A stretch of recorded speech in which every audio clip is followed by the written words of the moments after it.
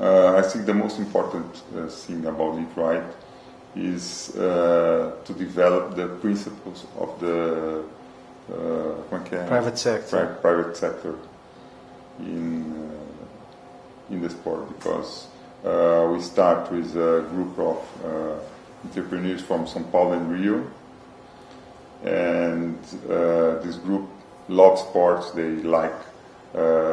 They have developed many things in sport, and we try in this group bring some important things for the governance of the sport. We think it's very important to help these sports entities professionalize themselves.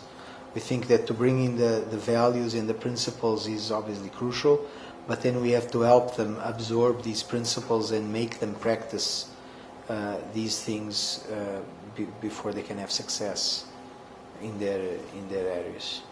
Our target is to develop the sport in Brazil in the next 10 and 15, 20 years ahead. So we know that we have a good chance to change everything in Brazil because we're going to have the Olympics here.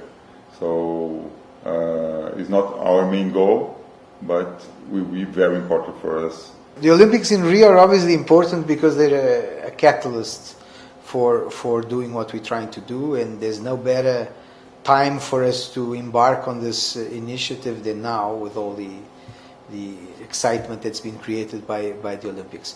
But I think more importantly is to create structural and perennial change in sport. It's not just a question of doing something for 2016, winning some medals in 2016, and our job's done. In fact, if we don't win all the medals we would like to win in 2016, that's okay. What's important is that sports begin to professionalize themselves and that we enact structural change. Traditionally, the private sector has been less than happy about investing in sports because they have not seen adequate governance in the sports entities, and that's made them shy away from investing.